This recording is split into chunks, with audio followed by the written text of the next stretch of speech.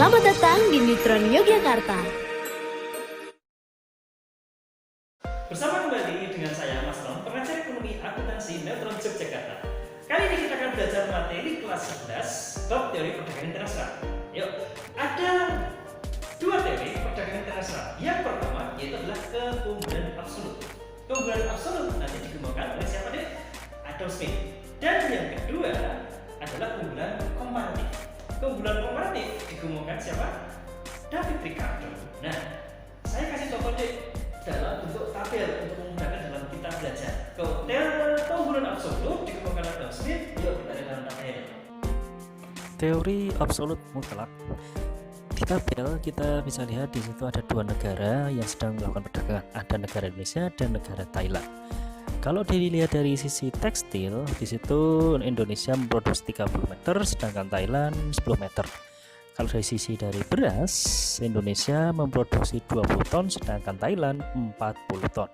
Dan kalau keduanya melakukan perdagangan, kita bisa lihat dari sisi tekstil, yang paling banyak itu adalah Indonesia, sedangkan beras itu yang paling banyak adalah Thailand. Berarti secara mutlak Indonesia akan berdagang di tekstil, sedangkan Thailand akan berdagang di beras. Dan yang berikutnya adalah keunggulan komparatif. Ada dua negara, Indonesia dan Cina.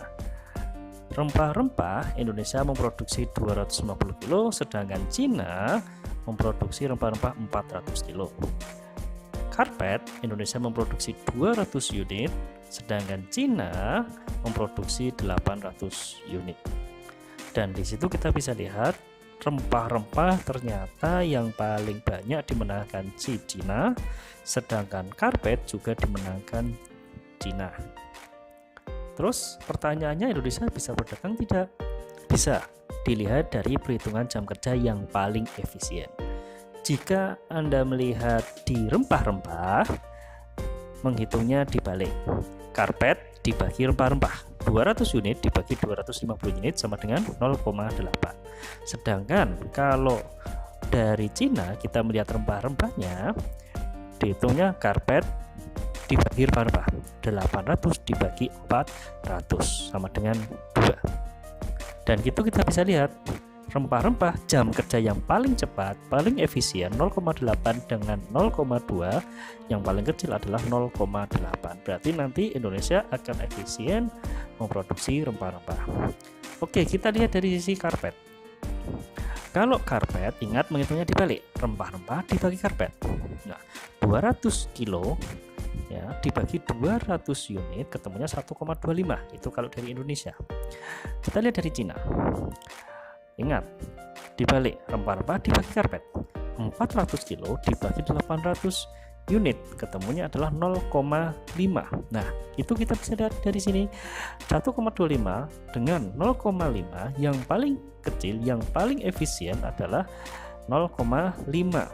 Berarti di sini kita bisa lihat Cina akan lebih efisien berdagang di karpet.